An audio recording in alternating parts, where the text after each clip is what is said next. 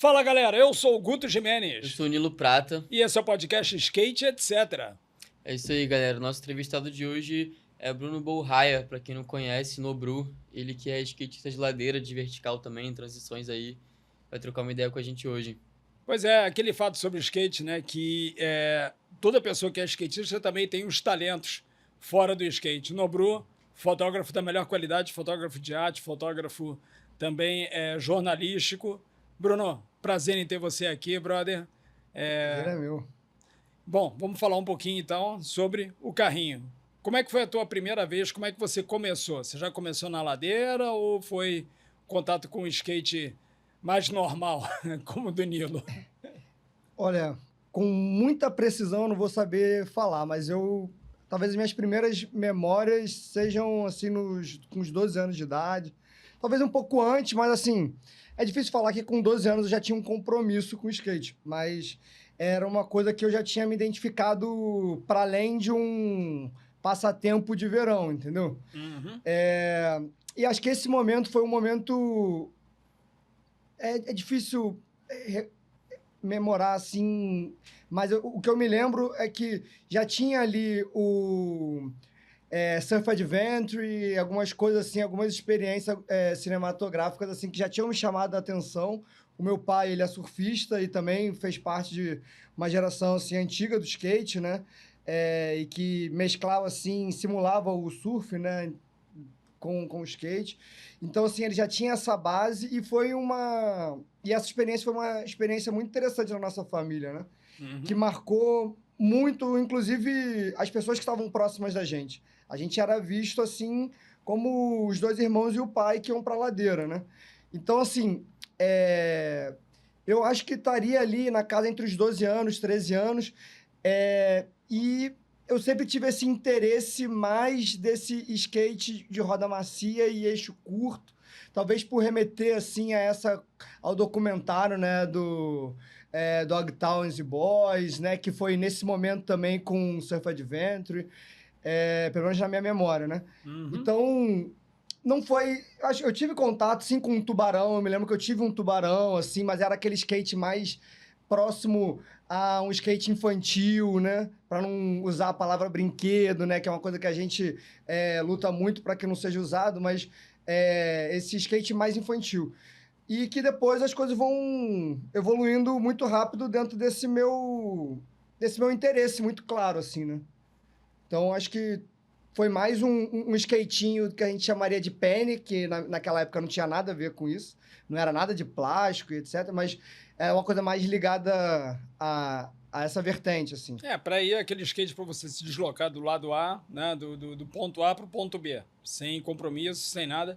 E quando que a coisa começou a ficar mais séria para você? Aí, eu acho que foi 2007. Eu tentei puxar na minha memória antes de chegar aqui, assim, talvez fosse 2006, 2007, mas eu me lembro certamente, 2007 eu já estava indo no Overmeeting. Então, assim, isso eu tô falando já de campeonato. Então... Não, mas aí vamos voltar um pouquinho, que você era meio que o mascote do clube de skate de ladeira, né? A galera já estava ali, eu um pouco mais velho, né? Já com uns 40, por ali, a galera chegando nos 30 e você com 16, 17 anos, nem fazia barba e hoje cheio de barba aí. Enfim. Não, então, Paineiras, né? Aquelas as primeiras idas à vista, Suma. Isso eu lembro muito bem. Isso eu lembro muito bem, assim, posso não me recordar exatamente o ano, mas eu me lembro, assim, perfeitamente. Eu me lembro do Felipe Cobra, né, que é o nosso presidente honorário do clube. Ele tava com um macacão do Profeta, do Marcelo Profeta, e não era um Facebook, assim, tava engatinhando, e a gente... do skate, eu me lembro que eu tive Facebook bem antes da galera, dos amigos para além do skate, porque era uma forma que a gente tinha de se conectar com as pessoas fora do Brasil, né? Você é jovem, né? Em comparação a gente. E assim, então, quer dizer, eu não tinha noção de quem era o Felipe Cobra, né? Assim, o rosto dele. E aí eu vi escrito Profeta e eu achava que o Felipe Cobra era o Profeta. Então, assim, era um momento ainda que a gente estava tateando muitas coisas, assim. Até depois que eu fui entender que ele era o Cobra e tal. Mas o Clube Skate de Ladeira me deu toda a base para poder competir, né? Então, assim, eles são meus ídolos, né? Eu falo isso, eu tenho muito contato com meu vizinho Gorducho, nosso vizinho. Aham. Então eu falo, quando eu tô bebendo cerveja com ele e chega uma galera, eu falo, cara, vocês estão diante de uma lenda do skate, sacou? E, então, assim, eu reverencio muito. Outro dia encontrei o Magrelo também, que também foi uma grande inspiração, assim, na vida, sabe? Para além do skate. Muito. André Magrelo, nossa senhora, cara, completamente psicopata, né? Cara? Era maluco. E muito irreverente, Dava pra né? caramba, Então, assim, isso foi uma coisa que moldou o meu skate, assim, né? Para além de falar, assim, de... Porque o skate carioca na ladeira não é uma coisa voltada para performance, né? A gente não tinha essa onda, assim, de competição entre nós, como é mais comum em outros estados. Era pra desbravar pico, né, brother? Alguém descobria o pico, ó, asfaltou tal rua, e a galera ia. E se divertir, pegar o vácuo do outro, passar ele, tirar uma chifra, mas também não vai ficar pilhando o outro, sacou? Então, assim, Até porque tinha uns que pegavam a pilha, né? E Pegava. pegavam raiva. Sempre tem um outro, assim. Pô, mas, cara, você pegar raiva na ladeira... Tem não como. é bom negócio, não, meu irmão. vai- Não é bom negócio até pra você, né, É. brother? Até pra você. Mas, então, o Clube Skate de Ladeira me deu toda a base que eu tenho. Sou muito grato, assim. E ao lado deles também tinha o meu pai, tinha o meu irmão, então... e outros amigos também, né? Que já pararam ou que foram fazer outras coisas. Mas que tem grandes memórias, assim, com eles, né? Eu acho que eu talvez não tenha pego o tempo dourado, assim, né? Desses desbravamentos todos, mas eu consegui andar nas pistas, nas ladeiras mais iradas, assim. Serra Mar, que é um pico que a nova geração talvez não conheça, ou talvez por conta da pista mesmo, do asfalto. Nossa, Lumiar, Mas Bananal, faixa preta, né? Deus me livre. Sim. O fundo de coral em Niterói, né? Ali indo para a região oceânica. Então, eu aprendi muito por causa do Clube Skate de Ladeira. E sou muito grato, assim, por eles. Quais modalidades você pratica? Assim, você é um dos locais do Aterrel, né? Pista de skate do Aterro do Flamengo.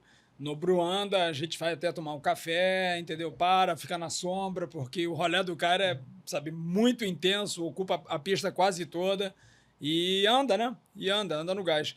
Quais modalidades que tu pratica hoje em dia, cara? Assim, ou que você já praticou ao longo da tua vida? Pista, né? Lá no Aterreal, principalmente, mas às vezes Rio Sul. Com equipamento, eu espero, Com né? equipamento, com certeza. Porra, Rio Sul. O buraco é mais embaixo, parceiro. Speed, né? Downhill Speed, assim, tem hoje em dia essa ideia do freeride, né? Então, que faz essa mescla tanto do speed quanto pro slide. E o slalom, né? Eu já competi algumas vezes no speed, já cheguei até a fazer a última temporada, a última etapa da temporada de 2010 no Mundial lá em Hot Hills, na África do Sul. Alguns sul-americanos, né? Alguns brasileiros. Às vezes brasileiros que contavam como sul-americano em mundiais também, mas enfim. Também tinha. E também, mais seriamente, mas como um carioca que aprendeu tudo no Clube Skate de Ladeira, não tão sério assim, mas no slalom, né? E correndo o circuito mundial também no slalom. Você fez uma referência a respeito que talvez não fosse o auge. Cara, me permite discordar, porque, pô, aquele período entre, acho que 2007, 2010, que Bruno Brown e William Zindião, que estejam os dois em excelente lugar, sacou? Que eles pegaram, botaram eles lá embaixo do braço e resolveram fazer os eventos onde desce. Meu irmão, pô, a gente correu o evento em Interlagos, brother. Entendeu? Você não tem noção do que é isso, sabe? A pista custava, em 2007, R$7.000 por hora de aluguel. Os caras conseguiram de graça para botar skate na parada. Então, assim, teve um ano, eu acho que foi 2009, tiveram 14 campeonatos de slalom. Acho que foi num desse que ele se trombou também lá no Overmeeting, entendeu? Lá de Brasília. Então, assim, também o downhill, eu acho que ali começou a curva ascendente, né? Que os brasileiros já tinham uma experiência de terem corrido o circuito mundial e tal, mas o da Lua estava começando, sabe, né, a incomodar. Né? Já estava começando a ser um nome a ser destacado nessa fase daí. Não, quando eu disse tempos áureos, assim, tempos dourados, eu acho que era mais sobre o Rio de Janeiro. Mas, sem dúvida, que o clube estava andando com mais intensidade, com mais compromisso. Mas eu aproveitei muito também aqui no Rio. Mas no Brasil, nesse cenário nacional do slalom, sem dúvida, eu participei. E às vezes o Facebook me mostra, assim, umas recordações de cartaz, né, dos eventos, e eu fico muito honrado de... às vezes tinha lá, tipo, Caco Max, Gardenal e Bruno Nobru, confirmados pro evento, assim, sabe? Eu penso assim, cara, quem sou eu na fila do pão, sabe? Aí naquela época já com 16 anos, então mas você era sempre muito maneiro, foi, assim. mas você bem... sempre andou pra cacete, brother, entendeu? Acho que assim, você aliava a tua juventude, né? Você já era um bocado mais novo do que os caras do clube, bem mais novo do que eu. E, porra, você aliava isso daí, meu irmão, com aquela ousadia típica. De repente, os caras que estavam chegando perto dos 30, sabe, puxavam um slide antes, entendeu? Né? Fazia um outro tipo de traçado de pista. Você não, você se atirava. E no slalom foi definitivo. Tipo, tava tudo isso aí mesmo.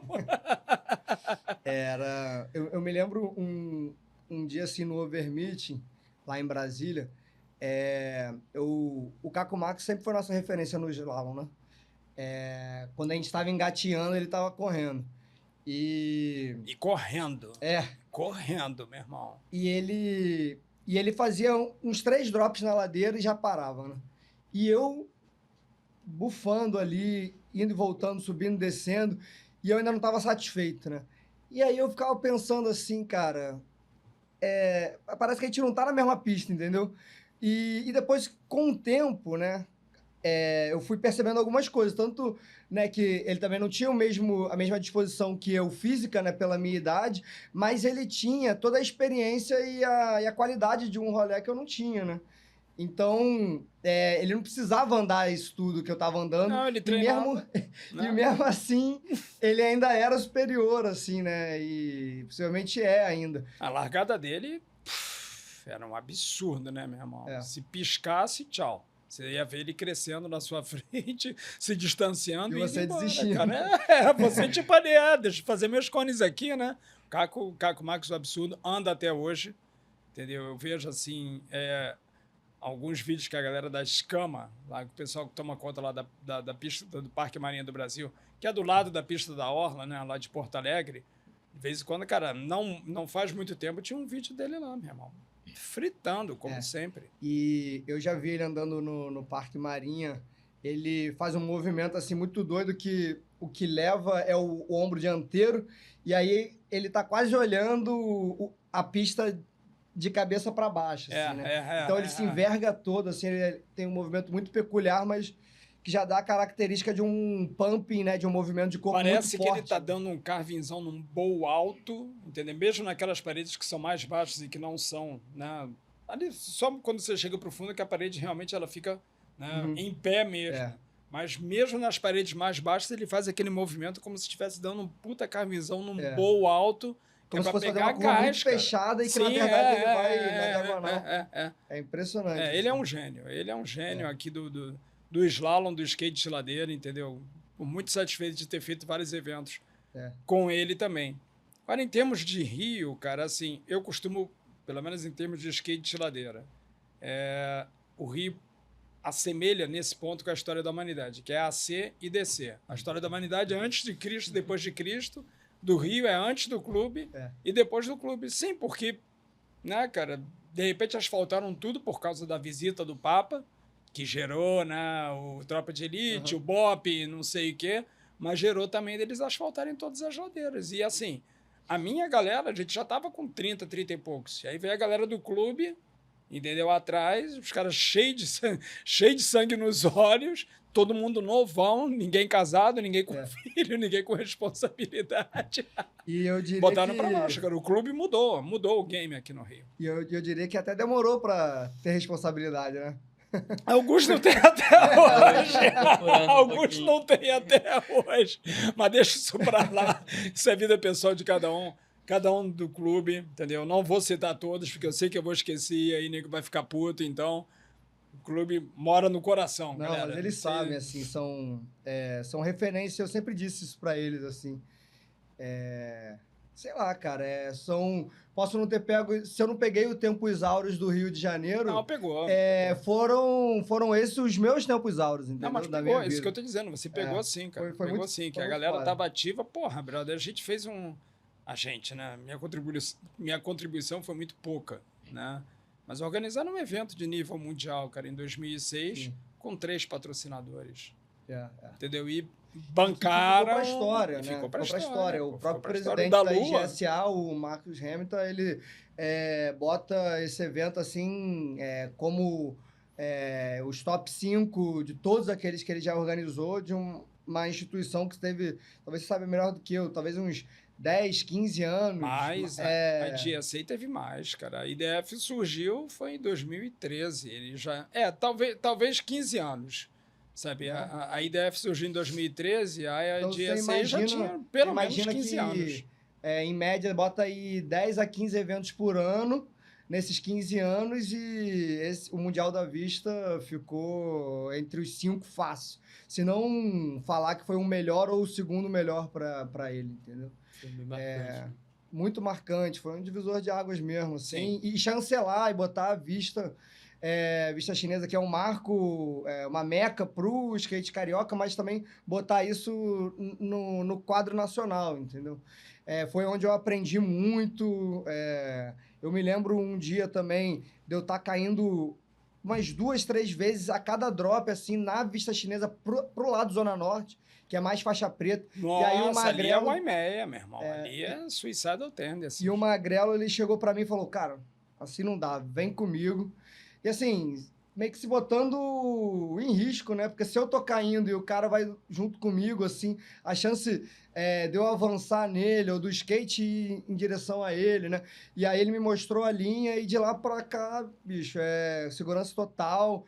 Aí eu comecei a fazer mais, como era a pessoa mais nova e tal, fazer mais o freeride, mais esses slides, esses cavalos de pau, assim.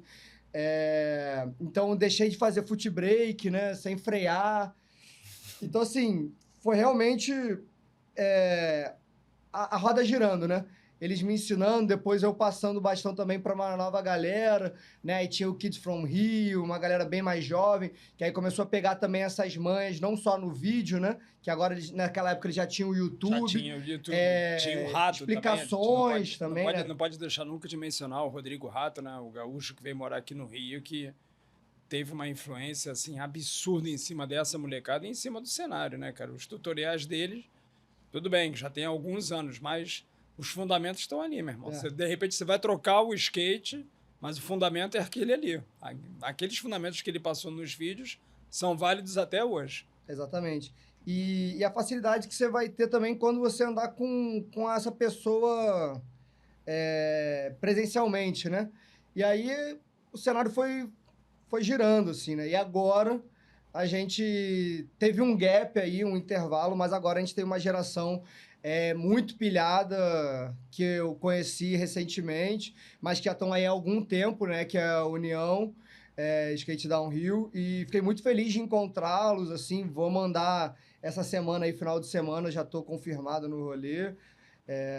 Então, assim, a roda tá girando bem, entendeu? Um abraço aí pra galera da União Skate Rio, vocês sabem quem são, entendeu? Também vou ficar esquecendo, né? Em nome, entendeu? O velho tem essa coisa.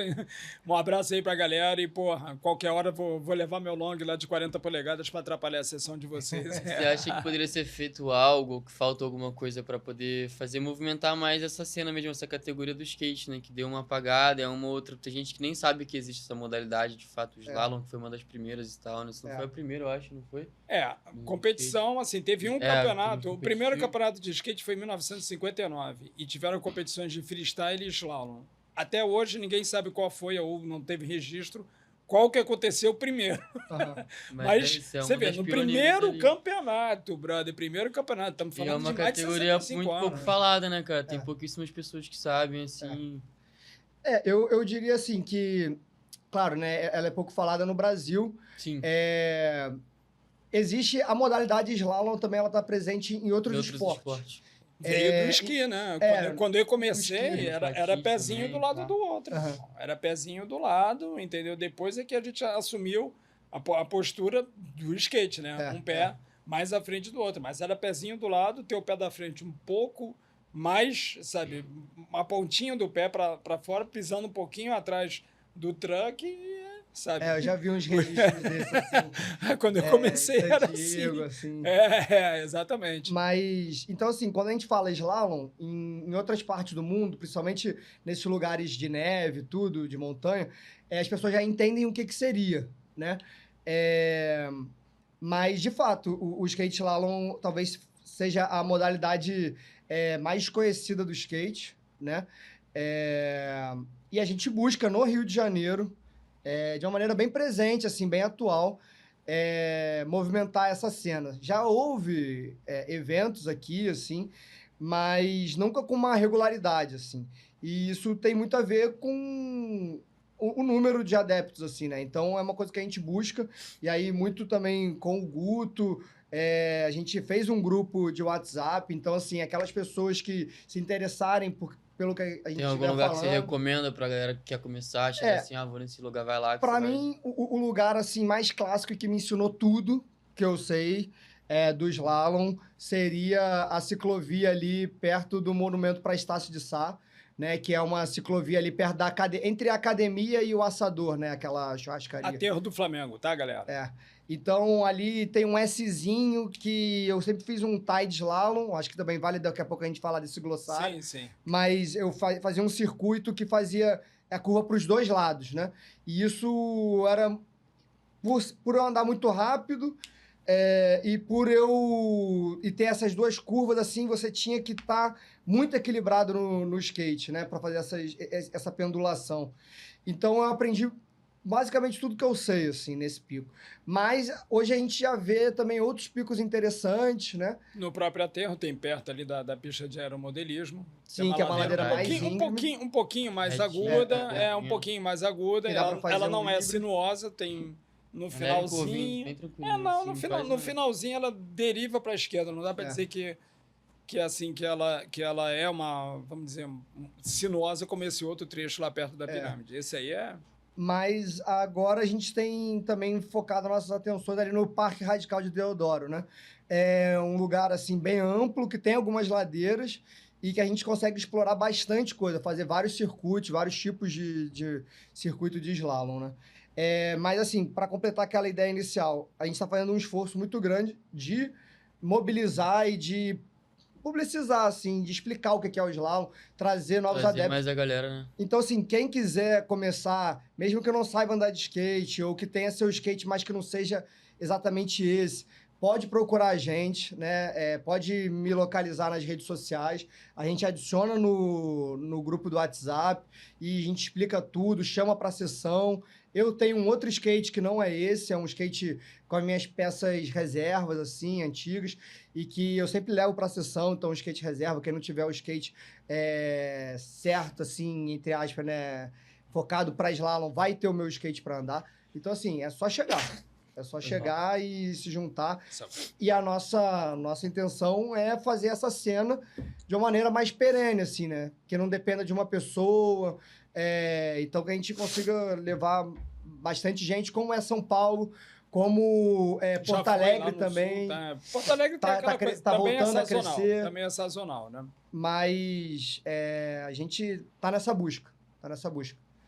Né? Da hora.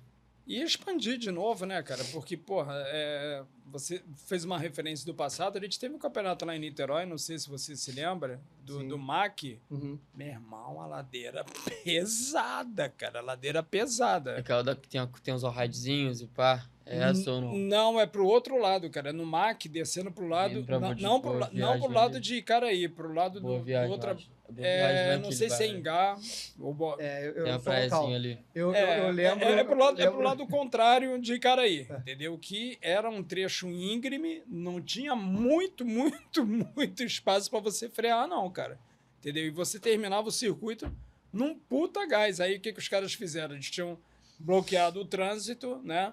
E desviado o trânsito para uma rua lateral. Cara, os caras tiveram de botar os cones e as barreiras no meio da rua, Uhum. porque não estava conseguindo parar, Brad. Então ele tinha que subir a rua, que era uma subida, e aí você perdia o gás. Fora isso, teve o evento do Carlão, teve outro evento do Cássio. O do Carlão, no Mundo Carlão, Novo. cara, isso, foi do Carlão, que foi patrocinado por uma loja lá de Niterói. Pô, ele deu 100 inscritos, meu irmão. Veio gente do Brasil inteiro, brother. E agora, acho que 2025 é importante também a gente mencionar que existe um esforço muito grande do Team Brasil, né, de slalom, que é o time que eu faço parte, das pessoas que correm o circuito mundial, né, de movimentar a cena, movimentou já esses 2 últimos anos, fazendo o Campeonato Brasileiro, e dessa vez a gente pretende fazer um circuito mais alongado, né? Por vezes, assim, foram um ou dois eventos só para fazer o ranking final, e dessa vez a gente pretende ter 3 ou 4 eventos. A gente já está conversando com a CBSK sobre isso. E o Rio de Janeiro possivelmente vai ter, se tudo der certo, se tudo sair como a gente planeja, terá um evento também como Porto Alegre e São Paulo também. É bom ter essa difusão, né? Para que não fique só com a impressão que muita gente, por exemplo, tem no Downhill Slide, DHS. É a modalidade de São Paulo. Pô, não é, brother. Tanto que o campeão brasileiro é paraense. Uhum. E lá em Belém, os caras fizeram uma cena com uma ladeira bem suave. Lá não tem muita ladeira. Bem suave, perto do centro da cidade. No centro da cidade, não sei se é do lado da Assembleia Legislativa, enfim, é um prédio histórico, né, de uso público. E nos arredores da cidade, meu irmão. Que aí você tem uma ladeira, mas já é na estrada, tá na floresta amazônica, meu irmão. Olha o luxo. Então, assim, não tendo muita ladeira, os caras conseguiram fazer uma cena de onde saiu o atual campeão brasileiro de longboard, o Pedro Sarmanho. Então, assim, é só você ter à disposição, cara. Se você botar o local e colocar as condições... Não, as condições, cara. Isola um local, bota uma galera, bota os cones, bota o skate. A cena vai brotar. Agora, precisa ter a frequência. Sim, né? sim. Teve aquele encontro lá em janeiro, né, lá do Parque Radical. Foi no início desse ano ou já foi no final do ano passado? Eu já não me lembro. Acho que já foi final do ano passado. Final do ano passado, né? Outro agora em março. Então, assim, tendo essa frequência, entendeu? Aqueles rolés agendados da galera lá da União Skate, de repente, levar uns skatinhos de slalom na parte de baixo da ladeira, botar a galera para brincar. E assim você fomenta uma cena, meu irmão. Entendeu? Porque depender... Assim, existe essa boa vontade da CBSK, né, em fazer. A gente precisa entender que eles não podem pegar, por força da lei, eles não podem pegar o dinheiro que é destinado à modalidade olímpica e o colocar nas outras modalidades. Eles são impedidos por lei. As pessoas acham, pô, mas por que não faz? Porque não pode. Né? Então, a CBSK, inclusive, deu condições para que vocês competissem lá, né, na Itália. Conta aí como é que foi essa experiência. Galera, Bruno Nobru foi o único carioca, skatista daqui do Rio de Janeiro, que competiu no Mundial do World Skate da Itália entre todas as modalidades. A gente está aqui com o número 8 do ranking mundial, galera. Eu gosto de enrubescer, ela ficou vermelhinha. Ele está com o número 8 do ranking mundial, galera. É top 10 aqui na mesa.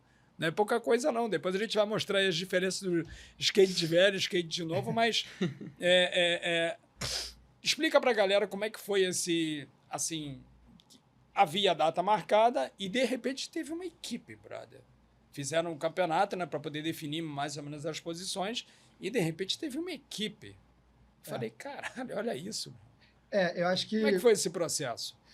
Na verdade, 2023, o Team Brasil fez um evento, um campeonato. E, na verdade, fizeram 2 eventos. E aí eu fui, assim, foi um momento que eu tive condições de ir. Os outros campeonatos que estavam tendo antes disso eram eventos que eu ficava sabendo muito em cima da hora. E eu não tava andando de skate, assim, de skate slalom e tal. E aí esse eu tive condições, assim, de, pô, tá bom, vou ir. Nem tava andando de skate, assim, tava cheio de teia de aranha. Eu fui lá para ver os amigos, né? E aí fluiu. Fui bem e tal, fiquei em terceiro, né, no primeiro campeonato de 2023, A memória me falha muito. São sempre vários circuitos, né? Então, assim, você fica em segundo em um, você fica em terceiro em outro, sei lá o quê. Então, assim, enfim. E aí, eu acabei sendo campeão brasileiro amador em 2023, né? E isso me credenciou para 2024, né? Ir para a Itália. Porque no World Skate Games, você tem 3 formas, né, de se classificar. Você está bem colocado no circuito mundial há 4 anos. Não era o caso. Não era o meu caso. Acho que nem de ninguém aqui do Brasil, né? Não, era no caso do sim, Gardenal e do Bruninho. Eles correram o circuito europeu. Isso. Bruno Gardenal, o Frango também. Aí o Frango ainda não estava nessa regularidade. Ok. Mas aí você poderia ser, também por ser campeão nacional ou vice-campeão nacional, né? Então, foi mais ou menos assim que conseguiu formar essa equipe toda para viajar para o World Skate Games, que é um campeonato muito diferente, né? Que não acontece todo ano. Por mais que todo ano você vai ter um campeonato que vai ser chancelado como o Mundial, mas quando tem o World Skate Games é esse que é chancelado o Mundial, porque ele tem uma outra dimensão, né? Ele tem uma dimensão, tem esse espírito olímpico quase, assim. Ele é tabelado com o ano olímpico, o calendário olímpico. Uhum. Então, você vai com o seu uniforme do seu país, né? Tem não sou eu que faço a inscrição, é a CBSK que faz a inscrição, né? Então, assim, as confederações dos países estão envolvidas, elas sabem que você está indo, que você é o representante do seu país, né? Então, você tem um outro peso. Você tem, felizmente, para a nossa confederação, né, algum suporte, a gente gostaria que fosse um suporte maior, mas por questões legislativas não e etc. Mas... cada um correu atrás. Teve gente que fez vaquinha, teve gente que conseguiu pegar com os patrocinadores. Um parêntese que eu acho muito importante... foi nessa experiência do World Skate Games que a gente percebeu que existem associações e confederações pelo mundo que estão muito mais aquém do que a gente. Sim. Né? Então, às vezes a gente acha que por sermos brasileiros, ou esse espírito vira-lata, sabe? Não. E, na verdade, isso não condiz com a nossa organização, com a instituição que a gente tem. Mas, enfim, o World Skate Games, ele é um campeonato que acontece simultaneamente em todas as modalidades do skate, né? Então, você vai ter speed, você vai ter freestyle, você vai ter street, você vai ter parque, você vai ter vertical. Eu acho que freestyle não teve. Não teve? Não teve porque não houve assim, existe um evento anual lá no Canadá, World Freestyle Roundup, que é uma coisa que os americanos e os canadenses fazem e vão skatistas do mundo inteiro, inclusive do Brasil. Não é classificatória, cara. É considerado como o mundial do freestyle. E eu não consegui, né, uma resposta. Eu cheguei a perguntar para algumas pessoas do curioso. freestyle por que não tá. Isso entendeu? É muito, muito curioso. Por que não tá? E ninguém me deu uma resposta assim, entendeu? Porque também uma coisa bem estranha. É estranho, mas, bom, vindo da World Skate, a gente não pode, né? Eles chamaram a ISA, né? A Associação Internacional de Skate Slalom, para organizar. E os caras que estavam lá eram da ISA. Sim. Era a diretoria da ISA, que inclusive o Bruno Oliveira faz parte hoje em dia, né? Agora, naquela época ele fazia parte do body, né, do corpo da organização, e agora ele é vice-presidente. Maneiro. Então, demais. assim, o Brasil está muito bem posicionado nessa cena mundial. Isso foi muito legal. O atual campeão mundial, Pedro Frangules, né, o Frango, campeão mundial amador. É brasileiro. Né? Não, e isso, sem dúvida, isso diz muita coisa, mas também pensar também em outras figuras, por exemplo, no Gardenal, né, no Thiago Gardenal. Já foi campeão mundial. Já foi mundial amador também, acho que foi em 2008, 2010. E o Bruninho, quando a gente pensa nessas duas figuras, você vê a respeitabilidade que eles têm.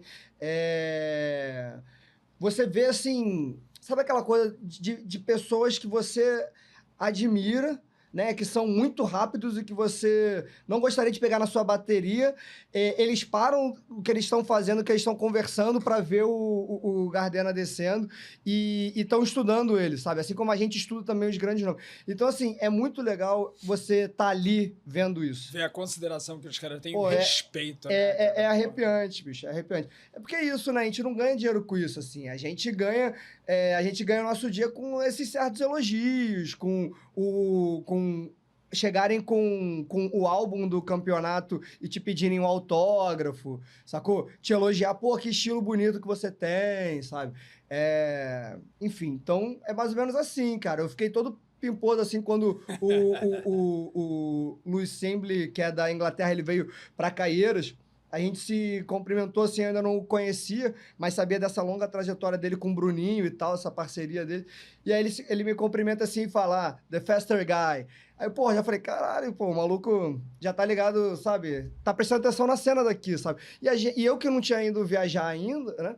Eu não tinha noção, assim, que o Brasil tava muito bem posicionado. E quando a gente vai lá, a gente percebe que realmente a gente tá trocando de igual. Isso é muito maneiro, sabe? Você conseguir também perceber a tendência de equipamentos que uma nacionalidade tem, sabe? Como que eles preferem usar o equipamento de uma forma e não de outra, de uma marca e não de outra.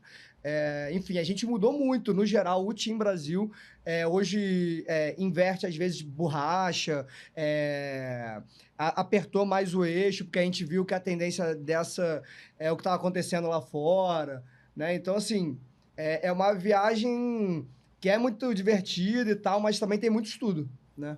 A gente fica ali, os caras saem da rampa, né? E a gente tá ali, assim, olhando o eixo, a roda, a gente tá, sabe, comentando isso. A postura, tudo, né? E é bem interessante perceber como que eu que já circulei em competição em outras modalidades, né? Principalmente no speed, como que uma característica do slalom é essa parceria e essa broderagem, assim, que você tem com o teu competidor, assim, com o teu concorrente. Claro que no skate isso é uma característica, mas eu acho que isso se aprofunda ainda no slalom. É muito mais, sabe? A irmandade da ladeira, meu irmão, não tem igual, porque quem tá atrás toma conta de quem tá na frente, né? Se não for um dique vigarista do cacete, entendeu? Quem tá atrás tá tomando conta. O cara tá na tua frente, vocês estão disputando, mas não é por causa disso que você vai derrubar. Entendeu? Não é por causa disso que você vai tomar uma atitude, sabe, que vai botar em risco o outro cara. Entendeu? Eu não sei se, sabe, hoje em dia, com a grana que tá rolando, com a divulgação que tá rolando no Street Park, se teria essa ética toda se botassem dois ao mesmo tempo. Já houve campeonatos no passado que os caras na Europa tiveram as ideias de botar 3 caras correndo ao mesmo tempo na área de street, 2 no bowl. Dava muito... Não, dava problema. Saía nem com o crânio rachado pro hospital, enfim, osso quebrado. A impressão que dava era essa. Cara, vou aproveitar esse gancho aqui, mostrando para aquela câmera as diferenças entre um skate de slalom de um entusiasta, um praticante, que sou eu, entendeu? Aqui, ó, vocês veem que é um truck normal, mais estreito, né? Não sei se vai dar para ver muito, ele tem uma diferença de angulação do truck traseiro para o truck dianteiro, mas é um skate assim, ok, ele tem bastante pads, a furação traseira é em cima, né, do que se chama de tail, que a gente não chama de tail, né? Enfim, mas é um skate mais parecido. Esse é o meu Fusca que eu uso para o slalom. E agora o Bruno vai dar os detalhes da Ferrari que ele usa para competição. Esse shape já é outro material, né? Isso aqui é madeirão, entendeu? Da Vila Skate. Então, ele, se você perceber, ele tem uma camada bem fina, 2, no máximo 3 camadas de madeira. A diferença. E aqui em cima, essa altura, é o que eles chamam de foam, né? Que é o PU, é o mesmo poliuretano, né? De prancha de surf. Então, ele dá mais leveza, né? A tela de fibra aí, né? E depois tem uma fibra por cima, né? Então, ele é um skate com muita precisão e buscando ser o mais leve possível, né? O eixo, ele já vai ser invertido, né? Muito mais angulado do que o do Guto e com muito mais diferença entre um e outro, né? Dessas angulações. Aqui tá quase zero. Isso é quase tá zero. Quase zero. E que é uma coisa que eu andava com ele zero. E agora como eu acabei aumentando o meu wheelbase, Eu sei que pode parecer contraditório, né? Porque eu tava falando que as pessoas... o Team Brasil diminuiu o wheelbase, mas é que... Você tem que ver o que você se sente Então, confortável. eu sempre tava andando com um skate meio anos 2000. Ok. E aí, para o campeonato mundial, eu dei uma atualizada no truque e tal. Então, assim, e aí eu dei uma atualizada nas borrachas e agora eu consegui aumentar o eixo. Então, aquilo que... A distância do entre-eixo que eu aumentei tem um delay muito grande pra galera que tá diminuindo. Então, a gente agora tá se encontrando, entendeu? Ok. Só pra fazer essa pra não parecer contraditório. Mas, então, é um skate com muita precisão, né? Em que eu acabei preferindo agora, como eu aumentei o entre-eixo, deixar mais angulado aqui atrás para ter mais curvatura, já que antes não curvava nada, era a roda meio que desgarrando. E aí agora eu também tô botando 65 graus aqui na frente, o que é bastante. Isso aí é o quê? Mas... Dá 10, 15? Não chega nem deve dar 10 aqui atrás, assim. Então é bem fixo mesmo. Ou seja... Né? Resumindo, o truck dianteiro faz a curva, o truck traseiro, a estabilidade. Estabiliza. E vira só de lado para mostrar também que tem uma diferença nas suas rodas. As rodas da frente deles são menores e mais estreitas do que as rodas traseiras. As minhas não. Elas são apenas diferentes, né? Tem só a diferença, né? Da dureza. E tem o footstop também, que eu não uso, nunca consegui me adaptar com essa porra. Você vai botar o pé nem no aqui, speed, nem no speed. E dessa maneira você consegue botar mais o seu peso na frente e pendular o corpo, né? As rodas, elas são... A gente sempre vai usar rodas de durezas diferentes na frente e atrás, né? Então, atrás vai ser rodas mais macias e na frente rodas mais duras. Você pode perceber... Por acaso, essas 4 rodas são amarelas, mas elas não são... essas duas são de uma marca e essas duas são de outra. Sim. Que não são as melhores marcas de hoje em dia, assim. Mas como eu uso esse setup para treinar, eu boto essas rodas mais velhas mesmo, né? Não tô tomando tempo nem nada. A da frente é 8,6. A traseira é o quê? O 8,3, 8,2? Aqui... Dureza. Só vendo mesmo. 8,3. 8,3. Assim, a única coisa que tem mais semelhante são as durezas das rodas 8,3 e 8,6. E você tem também os amortecedores, né? Que cada amortecedor aqui tem uma dureza diferente. E agora a gente tá usando a bucha de baixo do truck dianteiro, como a gente nunca usou antes, que é a cônica invertida, né? A parte que afunila, que vai para a trave, né? Assim a gente consegue... Quando eu vi isso a primeira vez, isso deu um bug na minha cabeça, tipo, como assim? Isso a gente percebeu com os suecos, cara. Exatamente. Que suecos? Os tchecos. E isso, realmente, eu usava essa borracha de cima aqui, eu botava no board side, né? E essa aqui ficava... E a que tá no board side ia pro road side. Só que eu trocando, ficou muito mais preciso e ficou perfeito. Era aquele ajuste que faltava, sabe? Só um esclarecimentozinho pra galera. Nas modalidades de ladeira se usa esses termos, né? Pra gente falar das borrachas. Então, essa aqui que fica mais próxima, né, do shape é a chamada do amortecedor board side. Esse que fica mais próximo do chão é do road side. E vocês veem que a configuração é realmente uma Ferrari. Não, e aí eu queria dizer uma coisa assim que eu acho que é muito importante. Com essas milhares de opções que você pode regular o seu skate, né? Você tem... 2 ou 3 formas de entre-eixo. Você tem N angulações que você pode dar no teu eixo, no teu truque. Você tem uma porrada de rodas que você pode usar. Eu tenho uma mala só de roda de várias durezas e vários tamanhos. Eu tenho uma caixa dessas borrachas. Então, assim, você se perde em todas as possibilidades que você pode ter. Então, você não vai conseguir, sozinho, regular da melhor forma o teu skate. Assim, você pode até achar que ele tá na melhor forma. Né, brother? Testando. Mas você, numa competição, você não vai ter tempo de testar tudo. Então, esse trabalho em equipe é muito importante, porque... Claro que uma roda pode funcionar para um e não para outro, mas assim... Tem diferenças de altura, de peso, que influenciam para cacete. Mas assim, o que a gente tem percebido é que existe um ponto em comum e ele geralmente ele é localizado pelo Pedro Frangulis, que é o nosso engenheiro. Ele tem essa experiência já do automobilismo e tal, então ele consegue entender muito bem a física e os resultados que uma modificação, que um aperto, que um ajuste no skate vai proporcionar, sabe? Ele é um monstro, né, cara? Ele... Então, assim, e uma pessoa muito generosa, né? Porque ele não ajuda só o Team Brasil, ele ajuda todo mundo que quer andar de skate slalom, né? Então, assim, eu queria dar essa dimensão da gente...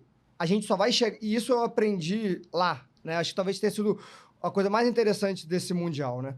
Você só vai conseguir ir mais longe por mais tempo se você for com muita gente, cara. Porque você não vai chegar nas melhores conclusões sozinho, porque você pode entender como você anda e etc, mas você não vai testar tudo. Você não vai testar tudo. A gente já anda há 18 anos, cara, e há 17 anos a gente nunca testou essa borracha dessa maneira. Então, assim, a gente precisa de quanto mais gente andando, melhor, e a gente vai conseguir andar por mais tempo. Né? Sabe? Informação, né, cara? Porra, é o básico, né? É. Bom, galera, vamos então passar para aquele nosso dump de imagens. Vamos assistir aí alguns vídeos do Nobru em ação e também algumas fotos. A gente quase não falou da sua atividade profissional, né? Fotografia, mas conforme a gente for passando as imagens, Nilo, dá só uma deitada no teu skate para a gente abrir mais ali. Isso. Ali é um skate normal, né, galera? Tá... Nobru e Zélia. Eu comprei uma Kombi, infelizmente acabei vendendo, mas essa Kombi eu fiz um motorhome e viajei pelo estado do Rio, viajei para Bahia, viajei para Minas, mas infelizmente não viajei tanto quanto eu queria, mas o meu trabalho não permitia muito sair de férias por mais de 15 dias, então assim, certo. Eu tinha que ir para lugares que eu fosse subir em 7 dias e voltar em outros 7, sabe? Então, assim, o que me permitiu comprar a Kombi foi também o que me fez vender ela, sabe? Enfim, faz parte da vida. Agora já tenho a experiência, mas era uma combosa cheia de charme aí. Não, foi da última linha da Kombi, né? Foi aquele último ano na dela. verdade, eu pintei ela maroto. numa cor parecida, né? Mas ela era de 2002, ela ainda era a ar, mas ela já era de injeção eletrônica. Ela era desse meio. Ela não tinha o motor de Fox, mas ela já tinha o teto de Fox, entendeu? E o volante? A direção? Dura? Dura, mas mole, né? Ok. Dura enquanto parada, mole quando você tava acelerando. Então, beleza. Boa e velha Kombi. Tinha folga na direção? Muita folga na direção e na marcha. Se não tiver folga na direção, não é uma Kombi. Não tem jeito. Vamos mostrar outras imagens aí, seguindo, por favor, Juan. Aí a capa do livro do Nobru, né? Deus Também Descansa. Fala sobre esse livro, fala sobre a tua experiência. Bruno é considerado como um dos maiores especialistas, com essa pouca idade dele, da imigração libanesa no Brasil. Ele é descendente libanês e, bom, esse livro foi resultado de sua viagem, né, e suas observações e sua história pessoal também, né, Nobru? Conta um pouquinho aí pra gente. Bem, em 2019, na verdade em 2018, conversando com a minha tia e com a minha mãe, a gente percebeu que lá faziam já 70 anos da vinda dos meus avós pro Brasil, né, pro Rio. E aí, com essa efeméride, assim, a gente pensou em ir pro Líbano, né, eu e minha mãe, assim. Vou mostrar mais imagens, que tem umas imagens dessa viagem também, né? Isso aí sou eu e minha mãe, num palácio, Zahreddin, se eu não estou enganado. E aí eu fiz esse livro, né, contando essa história assim, das heranças libanesas. Né? A história da minha família conta muito a história de outras famílias, na verdade, da maioria das famílias que vieram naquele momento. Né? E tem muitos descendentes libaneses aqui. Sim, né, sim. Então... de lá para cá eu fiz um mestrado sobre esse tema, né? Pesquiso, escrevo artigos sobre. E já tem um outro projeto que eu estou começando a amadurecer, um projeto fotográfico sobre essa comunidade libanesa no Brasil, né? E é isso, essa foi uma viagem incrível, foi uma viagem que eu tinha muito interesse em entender o que era o Líbano de verdade, né? Porque os meus familiares contam a história de um Líbano, assim, que parecia muito fantasioso, muito hiperbólico. E quando eu vou lá, eu percebo que, na verdade, eu tinha essa premissa, assim, que aquilo eram memórias expansivas, assim, expansionistas. Aquela memória que fica sempre guardada num bom lugar, que você não enxerga nada de realmente negativo, né? Aquela memória afetiva mesmo. Aí, quando você chegou lá... Só que eu vi que, claro que o Líbano tem muitos defeitos, mas muitos defeitos que nós brasileiros entendemos, então isso conversa e dialoga muito conosco, mas também aquilo que eles me contaram, né? Então, ter essa dimensão de que, sim, eu posso falar que o Líbano é aquilo que é verdade, né? Eu, como me formei na comunicação, você tem muito um compromisso com a verdade, assim, essa veia jornalística. E não, você pode dizer que o Líbano é isso tudo mesmo, né? O Líbano é um país incrível, é menor do que o nosso menor estado brasileiro, que é Sergipe, mas tem uma cultura milenar incrível, enfim. Cara, essas construções aí, todas elas facilmente são mais velhas que o Brasil. O Brasil tem 500 e poucos anos, isso aí... Não, isso é uma oliveira, uma árvore de oliveira? Não é uma árvore de oliveira, mas isso tá em Baalbek, né, que é um templo, né, que tem já a chancela da Unesco, Patrimônio Imaterial da Unesco. Então, é um lugar muito importante para a humanidade. Aí tem ruínas do templo do momento bizantino, do Império Romano, do Império Otomano. Então, cada um foi deixando marcas da sua arquitetura e foi continuado por esse outro império, né? Isso é muito fruto de um território cobiçado, que foi o Líbano na sua história, né? E que hoje esse território do sul do Líbano também está muito castigado por conta de toda essa guerra que está acontecendo atualmente. Esse né? É um reflexo, né? Na verdade, isso é um reflexo, mas isso aí também é um território do Hezbollah em Beirute, na capital, assim, é um bairro. Naturalmente, eles deixam esses pneus aí para fazer uma eventual barricada, porque eles dominam esse território, né? Essa foto foi feita num carro, tipo, num táxi, e foi uma foto só, e a gente estava passando, sei lá, uns 40 km por hora, eu peguei a câmera e pá, nem olhei assim, o vidro estava fechado. Eu tomei um grande esporro do motorista, porque é um território perigoso. Quer morrer, mais ou menos nesse sentido? Mas eu já falei, cara, já fiz a foto. Basicamente. É mesmo? Quer morrer? Não, e basicamente você vai quer me morrer matar. Pra lá. Vai morrer pra lá. Mas não me leva junto. Pô, tu veio aqui pra me matar, desgraça? Mas assim, a minha fotografia, ela tem muita ligação com a cor, né? E eu acho que, claro que a gente enquadra muito por conta do assunto, mas eu também enquadro muito por conta da cor, de como pegar mais cor. Então, quando eu vi esse prédio... ruínas, né? Cada quadrado ali de uma cor, enfim, foi mais forte do que eu, assim, eu não pensei muito em riscos, mas de qualquer maneira eu não precisei mais de uma foto, então tá tudo Que bom que você sobrevive para publicar e para contar a história, né? E essa é a capa do livro, né? Deus Também Descansa.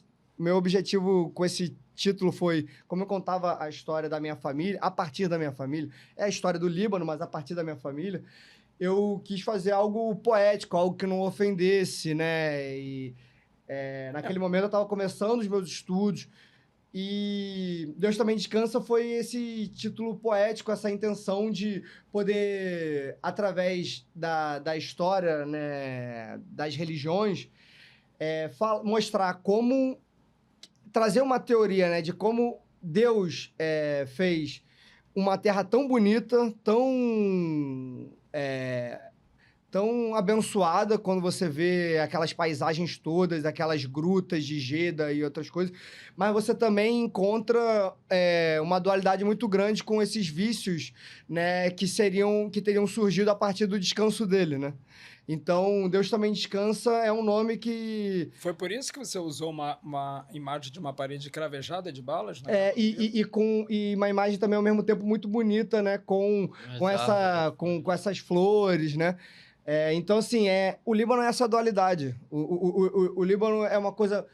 É um país muito grande, assim, na sua potência, mas também muito pequeno na sua geografia. É um país com uma riqueza cultural muito grande, mas também com uma pobreza social terrível. Enfim, são paralelos com o nosso país, né, cara? É um país que surge na primeira metade do século XX, né, oficialmente, mas ele tem uma história milenar, né? Então, assim, são dualidades, né? E esse livro também fala disso, também fala sobre o público e o privado, né? A minha vida, a vida da minha família, mas também atrelada, assim, a todas as outras que imigraram. Então, é um livro de muitas dualidades, né? E aqui o Brasil, em termos de imigração libanesa, ele é considerado como o país que mais libaneses tem fora do Líbano ou teve algum outro país? Porque, assim, na imigração japonesa eu sei que isso é real. Né? Aqui é o país onde mais receberam imigrantes japoneses, ponto. Libaneses também? Sim, se você considerar a comunidade... Se você considerar a comunidade libanesa, assim, os seus descendentes como pertencentes dessa comunidade, o que eu considero, né, enfim, você vai ter uma comunidade libanesa maior do que a própria população do Líbano. Uau, é difícil dizer qual seria a dimensão disso, quantas vezes, né, mas segura às vezes 2 vezes mais assim. A gente tem alguma dificuldade de falar disso, porque o último censo do Líbano foi em 1932. Nossa! Para eu explicar por quê... Não, vai mais história.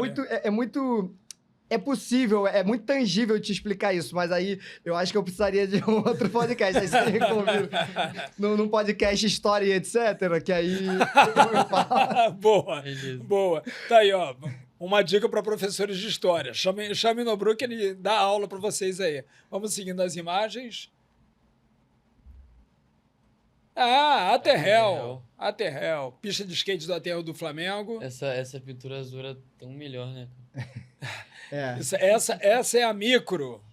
O local da pista é que quando a gente vê alguma coisa assim, ridiculamente muito bem feita, alguma manobra casca grossa em qualquer lugar, sempre no grupo a gente fala, quero ver na micro. Na micro não vai. Quero ver mandar na micro. E tá aí o Nobru raspando os trucks no meio da sua volta do seu rolê de meia hora por volta. Vamos seguindo então. Se já tivermos nos vídeos, vamos assistir então alguns dos vídeos que o Nobru separou. E essa foto quem fez foi o Alexandre, né? Foi o nosso Xandão. Nosso fotógrafo, nosso professor. Eu não posso chamar ninguém de cabeção, né, por motivos óbvios, mas eu tô passando o legado para ele. Nosso churrasqueiro, né? Nosso churrasqueiro, sem dúvida. Esse, sem dúvida nenhuma. Vamos aos vídeos então, Juan? Por favor, olha aí. Isso aí é nesse pico, né, que eu falei. O S lá. No S. Isso aí foi nesses treinamentos para o Mundial, né? Então eu tava começando a voltar a treinar, assim. Embora. Você vê que ainda tinha uma dificuldade ali, principalmente nessa segunda. Vamos passar de novo esse vídeo só para mostrar, porque esse é um circuito de tight. Os cones estão com uma distância entre eles, entre 6 e 7 pés. 6 pés. Basicamente seguindo uma reta. Não é uma reta porque a gente está num terreno sinuoso, mas vocês podem ver que acompanha o traçado. No meio da pista, vai acompanhando o traçado. E, galera, parece uma coisinha, um detalhezinho você mudar, né, a inclinação do corpo de um lado para o outro. Mas isso é difícil para caralho, entendeu? Não é brinquedo. Não, você tem que ter esse jogo de corpo para você conseguir fazer nessa velocidade, senão você não vai conseguir progredir se você não tiver esse jogo de corpo, né? E aí, isso é uma coisa muito peculiar. Como é que você vai fazer seu jogo de corpo? Por exemplo, se uma pessoa andar com o meu skate, a pessoa vai ter dificuldade de fazer 2 curvas.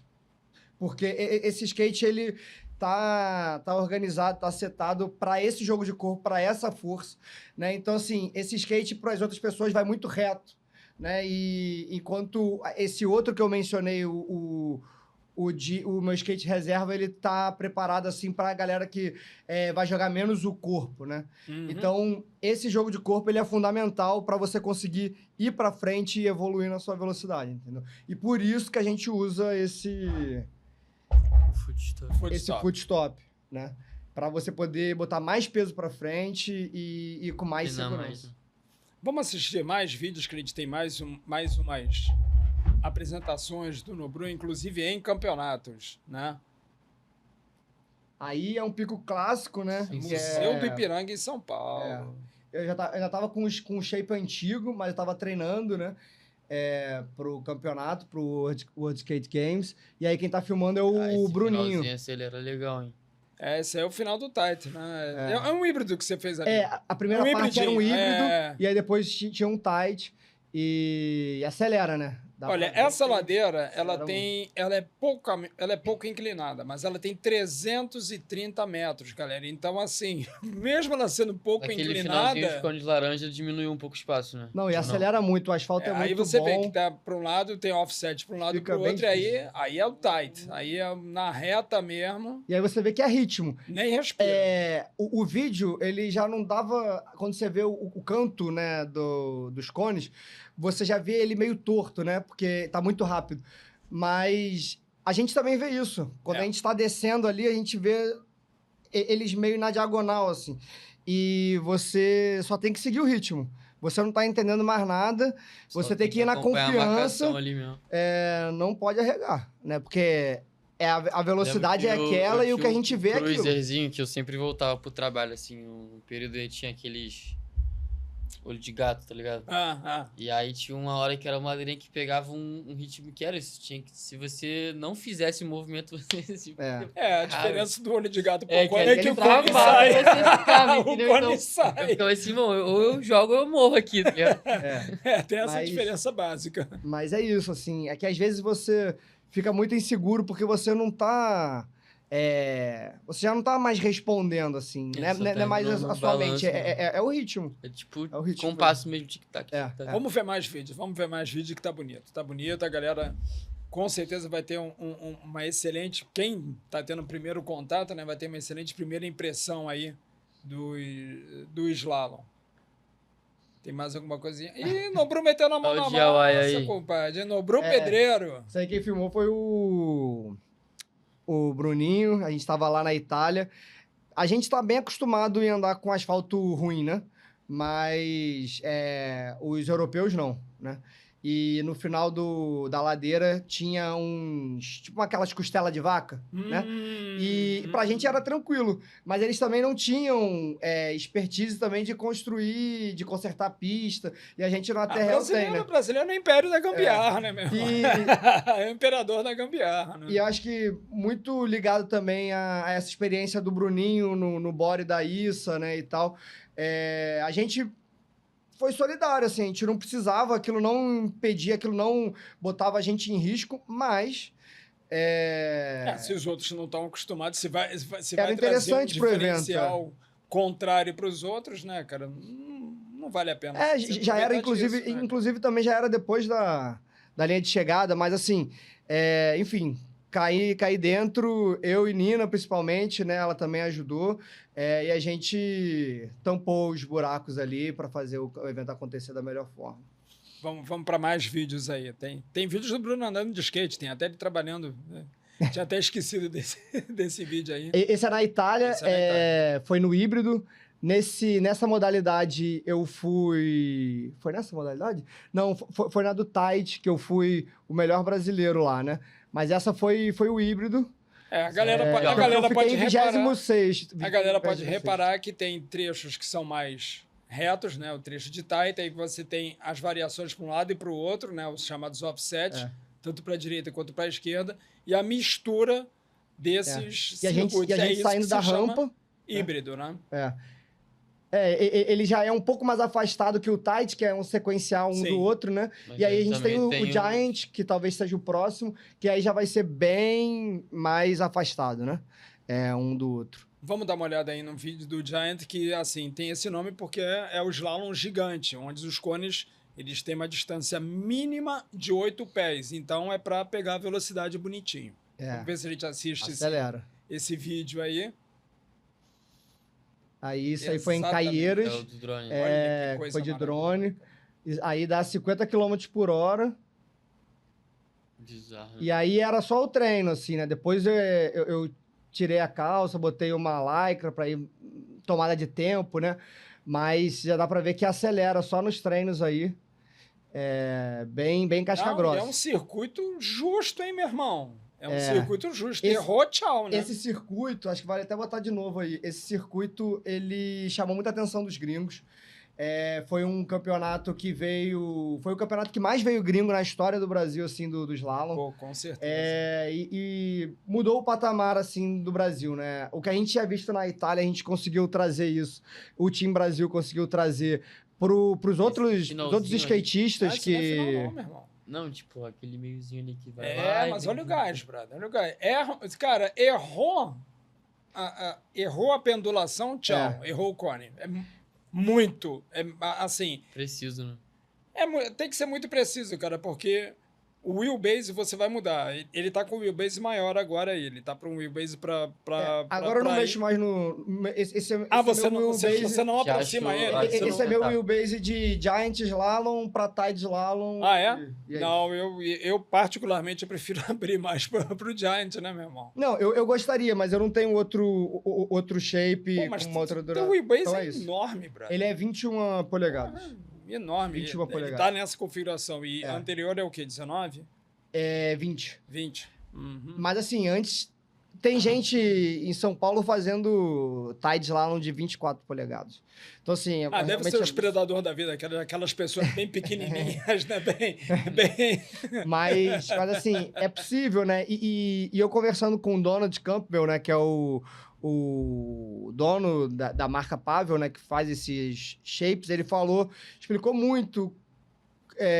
a gente conversou muito sobre isso, porque eu fui de Roma até Chieti com ele, isso eram umas 4 horas de viagem, né, para chegar até onde era o campeonato. E ele falava, cara, faz muito sentido você ter você conseguir montar o seu wheelbase maior possível. Porque dessa forma você vai garantir... e você vai garantir que você não vai... Que você vai fazer o mais reto possível, né? Você não vai perder tempo forçando muito e saindo... longe do cone. Então, esse começo seria mais correto você fazer, entende? Mas... Não, faz todo sentido, né? Mas isso é uma coisa que já... Talvez isso faça mais sentido para você sendo um intermediário e agora, depois de um tempo, você já começa a diminuir, né? Não sei. Mas eu me lembro, por volta, assim, de 2009, não sei, que foi quando o Dominik Kowalski foi para Interlagos, junto com o Greg Fadel. Foi 9 ou foi 8? Não me lembro. Foi por aí. Acho que talvez tenha sido 2008. Eu acho que foi 2008. E aí, ele andava teve com o de speed, 24 que teve também o de speed também, não 24 foi? polegadas. Foi na curva do Laranjinha que teve o speed também. Exatamente. Foi na curva do Laranjinha 2008. desse ano. 2007 foi primeiro. É isso aí. Enfim, então... A gente está evoluindo, o mundo está evoluindo e a gente está buscando não ficar para trás também, assim. Acho que isso tem acontecido, né? O Gardenal ficou no campeonato lá no World Skate Games, no ranking, né, no overall, ele ficou em 13º. Isso foi muito bom, assim. No Giant Slalom ele ficou entre os top 10. Agora o Frangulis, né, ficou em primeiro no ranking, competindo 2 etapas. O Rasta ficou em terceiro do ranking amador, competindo 2 etapas. Eu fiquei em 8º, competindo 1. Então, assim, a gente tá indo, tá bombando. A Nina, que é a nossa representante do skate feminino, tá evoluindo muito, muito. Desde World Skate Games para Caieiras também melhorou muito. Então, não a vejo desde então, mas eu imagino que agora também esteja já num outro patamar. Pegou a coroa da Elo, né? A perene Elo Slalom, né? Que durante muitos anos competia sozinha entre as mulheres e dava cor em muito homem. A Elo era sinistra. A Nina, assim, eu não a vi pessoalmente andando, mas pelos vídeos dá pra ver que, porra, ela tem uma técnica impressionante. Né, e tá evoluindo muito, muito dedicada, muito pilhada, assim. É skateboarder, né? Naquele jeito que a gente é também. Então, o nosso futuro, assim, tá garantido, né? E vamos buscar também, vamos buscar com mais compromisso também, fazer campeonato, fazer rolê, né? Para além de resultado, assim, ter mais adeptos, né? E São Paulo realmente tem mostrado esse caminho, que é possível ter muita gente, e existe esse interesse, sabe? E existe, assim, eles conseguiram aquelas possibilidades, por exemplo, aquela área na USP para treinar toda semana, um local para você poder deixar... Isso faz muita diferença. Um local para você, sabe, deixar os cones e, de repente, o equipamento de cronometragem. Lá tem o Fefe e a galera que trabalha com a cronometragem. Então, assim, São Paulo definitivamente tem muito mais estrutura, acredito eu, do que em qualquer lugar no Brasil. Mas o caminho está aberto, não, Bruno? Então, assim, a gente tem levado, né, nesses encontros de skate de ladeira que tem rolado lá no Parque Radical de Deodoro, a gente tem levado e, cara, foi impressionante. A gente criou um grupo com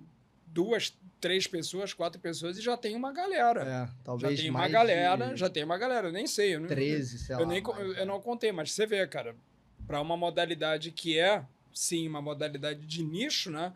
Não tá na grande mídia, não tem, sabe, ninguém fazendo propaganda, sabe, marketing usando o slalom, mas eu acho que tá crescendo. O caminho é esse, né, Nobru? Sabe, difundir a cena a cada cidade, mas fazendo assim, cara, os eventos, essa é a minha concepção. Não adianta você fazer, assim, de cara, um campeonato, ok, você vai atrair atenção, mas os praticantes vão ser os mesmos. Os competidores vão ser os mesmos. Aí você faz uma clínica, você faz uma escolinha, faz uma demonstração. Tem que ir construindo, né, a parada. Mas você que é instrutor de skate, você sabe melhor do que isso, cara. Não adianta nada chegar pra molecada, vamos fazer o campeonato. Os moleques vão ficar assim, tipo, porra, não, peraí, tem que aprender primeiro, né? Sim. Tem que ter o fundamento primeiro. Então, eu acho que dá pra gente tentar alguma coisa, se tiver, né, realmente a colaboração lá dos gestores do Parque Deodoro, né, que tomara que eles realmente, que aquela coisa, portas estão abertas, tomara que não seja só um discurso, né? Tomara que eles consigam fazer uma etapa aqui e que seja lá, né, brother? Que o lugar é muito maneiro, cara. Eu boto muito maneiro. Tô botando minhas fichas, assim, sendo crítico mesmo. Boto minhas fichas, eu acho que é o melhor lugar que a gente tem. E eu acho que, de fato, existem as condições estão aí pra gente aproveitar também. Tem um lugar que eu sonho em fazer um evento ali. Eu andei nele no passado, antes de reformarem e depois de reformarem, que é a rampa do Maracanã. A rampa da entrada que dá pro lado da linha férrea. Tem aquela descida, né, da passarela. Nossa, aquilo ali mas ali tem a rampa maneira mesmo. Fantástico, cara. Agora ali é pra faixa preta. Ali não dá pra você Aquela botar a escolinha. Aquela rampinha que chega da Snake também é maneira. Sabe? Sim, ela só tem que aquela a da curva no final ali. Exato, só que a da Snake amanhã... é estreita, entendeu? Essa da rampa do Maracanã é pra sair é galera de jogo de saída futebol. do metrô mesmo, né? E aquela que cai pro Maracanã. Você vê que ela sai do metrô numa largura, quando ela cai pro estádio, ela ainda amplia ainda mais a largura, cara. E ela tem uma vantagem, né, em relação às curvas de estradas. Ela não é uma curva negativa. O que é uma curva negativa? Vocês podem reparar que nas ruas, quando chega na calçada, né? Ela dá aquela inclinada. Ela dá uma inclinada, bueiro, né? Exatamente, para a água poder escoar. Mas quando você está numa velocidade, cara, no downhill, a gente vê isso muito mais do que slalom, tu tem que pensar que a curva não vai te jogar para dentro, não. Ela vai te jogar para fora. Entendeu? Então, a tua leitura de pista não tem que ser aquela... A curva vai me favorecer. Muito pelo contrário. E lá no Maracanã, não. Ele é reto, ali é mais um retão também. É um retão. Não inclina para nenhum dos dois lados. Não tem o favorável, mas também não tem o contrário. E é um retão. Mas ali Só tem que segurar aquele bueirinho no final, mas é tranquilo. Tem um bueirinho no final, mas não, é uma grade, cara. É uma grade que tem. Nada que uma madeira não resolva. Botar as madeiras ali não resolvam. Aí, Eduardo Paes, tô dando a ideia. Tem muita ideia aí pro skate, pode melhorar bastante aí. É ouvir a galera, né? E, Nobru, projetos fotográficos que você já falou que você já tem em mente talvez uma outra viagem ao Líbano, ou dessa vez você vai falar sobre os descendentes que estão aqui, né? Vai ser sobre esses descendentes aqui, assim, né? Pensando muito numa narrativa, né? Entre as obras, né? Entre esses trabalhos. Então, primeiro eu fui ao Líbano, fotografei a casa a casa que meu avô construiu, conheci minha família lá, conheci o Líbano de norte a sul, né? E agora eu vou fotografar essa comunidade libanesa no Brasil, né?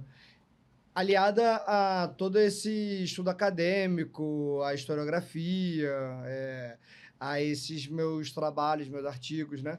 Então, esse estofo, né, que eu já desenvolvi. Então, acho que vai ser um trabalho maduro, assim.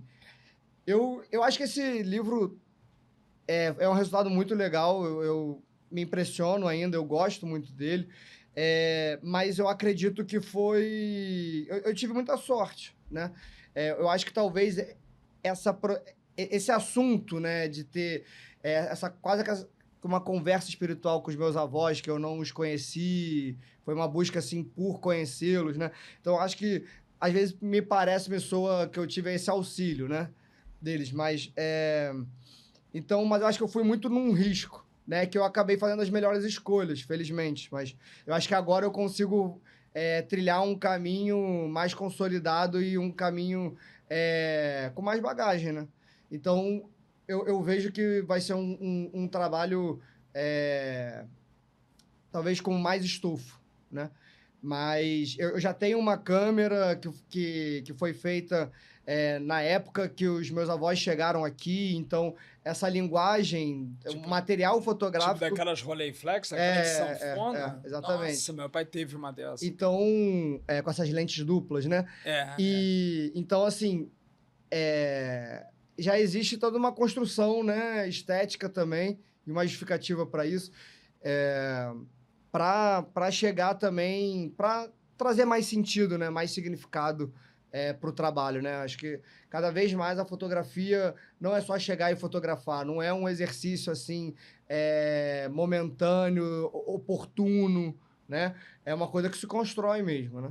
Então, eu tenho percebido isso e me movimentado nesse sentido também. E como que a fotografia entrou na tua vida? Acabei até esquecendo, era para ter perguntado lá no início.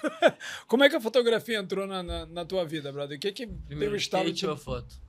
Cara, como muitas outras pessoas da minha geração, muitos fotógrafos jovens como eu, começaram na jornada de junho de 2013, né? Ok. Eu sempre fiz parte de uma militância, assim, do movimento estudantil, desde quando eu entrei em 2010 na faculdade. E naquele momento era muito difícil tudo, era uma coisa muito diferente, assim, você organizava, assim, no meio do ano, as passeatas, com tudo organizado, você pactuava tudo com as outras forças políticas, desde gritos e bandeiras, e quando teve jornada de junho foi uma loucura, assim, era tudo de uma maneira muito... era sem planejamento algum, Orgânico. né? Orgânico, não passava pelas organizações. Então, aquilo, para mim, era uma coisa muito diferente, né? Logo na segunda manifestação, eu já estava com a minha câmera, porque eu estava vindo de... Eu sempre trabalhei, na verdade, sempre, né? Até aquele momento, eu trabalhava muito com teatro infantil, desde meus 15 anos, e eu já estava vindo com vários eventos, assim, que eu ganhava pouco, mas eu não estava conseguindo gastar esse dinheiro. Então, eu consegui comprar de um brother que andava de skate uma câmera, né? Sabia da procedência dela e tal. Um outro amigo meu, Gabriel Klein, né? Que você também conhece. Sim. Fera demais. Me explicou ali como é que se usava e tudo. Eu me lembro entre gás lacrimogênio e bomba, assim, ligando pra ele. Cara, por que tá saindo tremido? Por que sei lá o quê? E eu fui aprendendo assim, né? E depois dessas E foi um desejo meu de me manter cético, né? O que está acontecendo? Eu não sei o que está acontecendo. Então, assim, tô ali, quero fazer parte, mas também, pô, não tô fechadão, não tô sacando qual é. E aí, depois desses momentos, assim, né? Depois que foi acabando, talvez lá para 2016, né? Quando foi meio que acabando essa jornada, que foi bem extensa, né? 3 anos quase. Eu fui percebendo assim, falei, cara, o que eu vou fotografar agora? E aí eu fui fotografar os signos, assim, brasileiros, essa brasilidade, essa identidade, que é uma coisa que marca muito a minha vida, que eu tenho muita curiosidade, usar realmente a fotografia como uma desculpa de se aproximar dos outros, que você quer conhecer, que você quer descobrir novos mundos, né? E a fotografia foi essa porta de entrada, assim, né? E aí eu parti, então, para essa cultura brasileira, assim, profunda, fotografei folias, foliões, religiosidade, né? E hoje eu fotografo agora mais fortemente e pesquiso mais fortemente a imigração, esse mundo árabe, esses signos árabes, né? Essa identidade árabe. Então, acho que, no final das contas, isso tem muito a ver... Isso é a síntese da minha vida, né? Essa trajetória familiar... O meu corpo de trabalho é a trajetória da minha família, né? Tanto a identidade árabe quanto a cultura brasileira, né? Então... basicamente eu tentando me colocar no mundo, né? E buscando esses signos e imagens que eu articulo com o meu trabalho, assim, né? É uma coisa curiosa que você mencionou, que quando eu fotografava skate, né, principalmente nos eventos, né, que você tem toda aquela pressão, aquela coisa, assim, a pressão para fotografar era muito menor do que quem estava ali competindo, óbvio. Mas era impressionante, cara, como em vários momentos eu estava ali, mas era como se eu não tivesse, porque a cabeça tinha que estar pensando, né, na técnica, na posição, sabe, no momento exato de disparar, e aquele microsegundo entre o disparo e a imagem. Então, eu, assim, de certa forma, me identifico com isso que você falou, de você estar ali, mas ao mesmo tempo você precisar, como se estivesse mantendo um certo distanciamento para poder fotografar. Óbvio, eu só fotografei skate, nunca fotografei nada próximo, entendeu? De manifestação, nem nada disso. Né? Eu já, curiosamente, eu nunca fotografei skate. Assim, se eu tô numa pista de skate, se eu tô numa ladeira, eu quero andar de skate, sacou? Então, assim, eu não tenho realmente nenhuma vontade de fotografar skate. Eu quero andar... Se for pra estar ali, eu quero andar de skate, sabe? Já tive uma experiência, então, assim, na prática, assim, diferente, né? Mas é isso. Isso aí, fotografia... No final das contas, é a mesma coisa, né? A fotografia e o skate, pra mim, assim, são formas da gente estar no mundo, assim, da gente dialogar, né? Autoexpressão. Exatamente.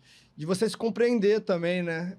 A fotografia me proporcionou isso, de me entender como uma pessoa de nacionalidade líbano-brasileira, mas também não dá para excluir também o skate da minha vida, não dá pra eu deixar de me sentir skatista, sabe? Então isso tudo vai traçando um perfil seu e vai te deixando assim, não sei. Ok, você não fotografa skate, mas você é um skatista que é fotógrafo. Você enxerga, mesmo você não trazendo, o tema da sua fotografia não sendo skate, você acha que o fato de você ser skatista te traz uma vantagem ou um diferencial em cima de um fotógrafo que, de repente, registra as mesmas coisas ou o mesmo tema que você e que não é skatista? Você acha que te traz uma diferença, um diferencial ou alguma vantagem que seja? Eu acho que talvez as mesmas vantagens que um surfista ou que um escalador. Eu acho que o fato de você praticar um esporte radical, enfim, para diminuir qualquer discussão, né? Que a gente sabe que tem gente também que vai falar que não é esporte, mas como a gente está partindo também do pressuposto de competições e tudo, para simplificar como esporte radical, eu acho que existe uma certa vantagem, principalmente nesses ambientes tumultuados, assim, hostis, né? Então, acho que nesse sentido você percebe mais bravura, mais coragem. Mas fora rápido, isso... Pensar rápido com nitidez. Isso com certeza. Isso com certeza. Absolutamente. Tomar as melhores decisões. E eu acho que isso também tem muito a ver da experiência das competições, né? Desde muito cedo eu percebi que ficar nervoso era pior, né? Ficar nervoso só piora as coisas, assim, na competição. Então, eu trouxe isso pra minha vida, assim. Se você ficar nervoso na hora de apresentar um trabalho na faculdade ou de uma entrevista de emprego, né? Então, acho que isso foi muito didático na minha vida. Ou até apresentar um trabalho na tua profissão mesmo, né? Porque sim, você sim. trabalha como fotógrafo e você tem, né, suas tarefas, vamos dizer, suas pautas para você cobrir. Sim, sim. Hoje, dentro da fotografia, mais do que o meu trabalho, assim, eu tenho falado muito sobre uma iniciativa que eu tive aqui no Rio, que foi a Fototeca Estadual do Rio, né? De Janeiro. Eu escrevi esse projeto de lei, apresentei para uma deputada, a deputada Dani Balbi, e isso foi um projeto sancionado pelo governador, que agora já foi até inaugurado pelo MIS, né? Já se foram 2 anos nessa batalha. E então a gente fez muitas conversas, né? Muitas conversas com grandes fotógrafos, com antropólogos, com historiadores, com profissionais do mundo documentalista, bibliotecários, arquivistas. Então, é nesse momento que a gente percebe também, se ficar nervoso, você vai se embrulhar nas palavras, qualquer palavra ali, ainda mais eu enquanto jovem, né, vai ser engolido, né? Porque falar de um centro de memória, defender um centro de memória, sem você ter muita propriedade, né? Isso pode te botar num território sensível. Mas assim. você tem a propriedade que teus 30 e poucos anos te alcançam. Entendeu? Deu tudo certo. Deu tudo certo. Estamos aí e estamos ampliando esse projeto aí pelo Brasil. Foi um projeto que arranjaram, que teve seus padrinhos pelo Brasil, assim, pessoas que estão pegando esse mesmo texto base, apresentando nas suas casas legislativas do Estado. Então, assim, isso. O conceito é uma biblioteca de imagens, seria isso? Ou é mais amplo do que isso? Aí vai depender de cada estado, né? Mas aqui no Rio de Janeiro, a nossa intenção foi, acima de tudo, fomentar uma política pública para fotografia, que a gente pudesse formar novos fotógrafos ou que pudéssemos trazer mais espectadores, formar novos leitores da fotografia, né? Então, para isso, assim, a gente quer fazer revista, a gente quer fazer curso nesse espaço, a gente quer que o MIS ele possa priorizar fotógrafos emergentes para que eles possam crescer no seu currículo, né? Porque hoje o que a gente vê é que pessoas, para concorrer a edital, tem que ter um histórico, mas como é que começa, né?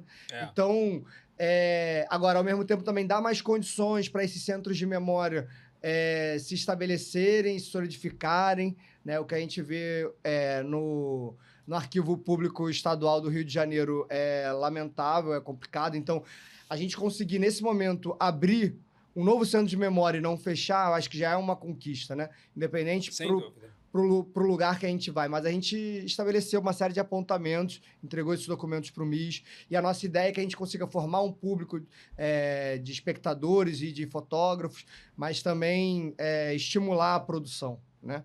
Agora, cada estado vai poder fazer aquilo que desejar, né? Se quer fazer um recorte de fotografias nato-digitais que sejam armazenadas. Enfim, depende muito do cenário de cada estado, assim. Mas eu acho o projeto super interessante, cara, e super válido, porque, assim, com vamos dizer, a popularização e a difusão do celular, muita gente acha que cada usuário de celular é um fotógrafo em potencial, porque ela tem ali a câmera no seu telefone. Cara, ela é capaz de tirar foto. Virar fotógrafa ou fotógrafo, aí é uma distância bem grande. Entendeu? E valorizar uma profissão, assim como a profissão do jornalista, tá meio... Né, porque tem os influenciadores que não sabem alguns não sabem porra nenhuma, mas tem milhões de seguidores e milhares de views e acabam contando mais do que o jornalismo sério. Então, de repente... Eu não sei se isso também migrou para a fotografia, Eu sou do tempo da fotografia analógica, né? Isso é uma coisa bem interessante, porque eu conversando com uma historiadora bem importante na área da imagem, né? Ana Maria Mauad, ela falou, cara, uma das coisas mais interessantes desse projeto é que você é um golpe no algoritmo, né?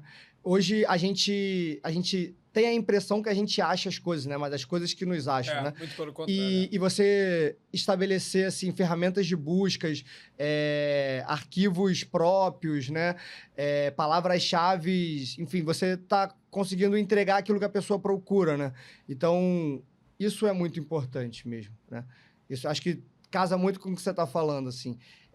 Novos centros de memória que estão fora desse circuito comercial, assim, né?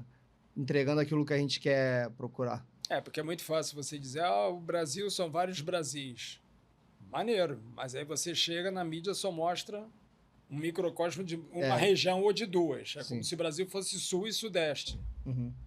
Não é bem por aí, né, Bruno? É. Esse país é gigantesco. Bom, galera, detesto ter que fazer isso. Mas é hora de dar tchau. Eu queria que o Nobru, olhando para aquela câmera ali... Deixar algum recado para alguém aí, alguma mensagem? Cara, a gente no Rio está muito empenhado em trazer mais adeptos para o skate slalom, né? Todos aqueles que andam em pista, pode parecer uma coisa longe, mas assim, sinceramente, os carvings da pista, os carvings do bowl, são muito similares assim aos pumps do slalom, né? A galera do speed, do downhill speed também já tem um carrinho bem parecido. E já tem todo esse espírito, né, e essa habilidade, então... e aqueles que não têm essa experiência prévia, pode colar também. A gente tá super aberto, assim, para ensinar, e a gente também quer aprender com todo mundo, então nos procure, vamos andar de skate, vamos andar de skate slalom também. É uma sensação muito boa, assim, que eu gosto pra caramba. E eu acho que quem der oportunidade também vai se sentir muito feliz aí de dar esse rolezinho de slalom. Então, podem me procurar que eu tô à disposição. É isso aí, galera. A tag do Nobru vai aparecer ali na legenda, então é só buscarem ele no Insta. Entendeu? Skatista, fotógrafo, Bruno Nobru, porra, muito obrigado pela aula, brother. Sensacional. Valeu, gente. Eu fiquei muito feliz de ter sido convidado aqui, vejo todos os episódios e sou entusiasta do projeto, acho que a gente precisa fazer, essa iniciativa é muito importante, então só agradeço. RJ, porra. É isso aí, galera. Então a gente fica por aqui. Até o próximo episódio do podcast Skate, etc. Valeu, galera.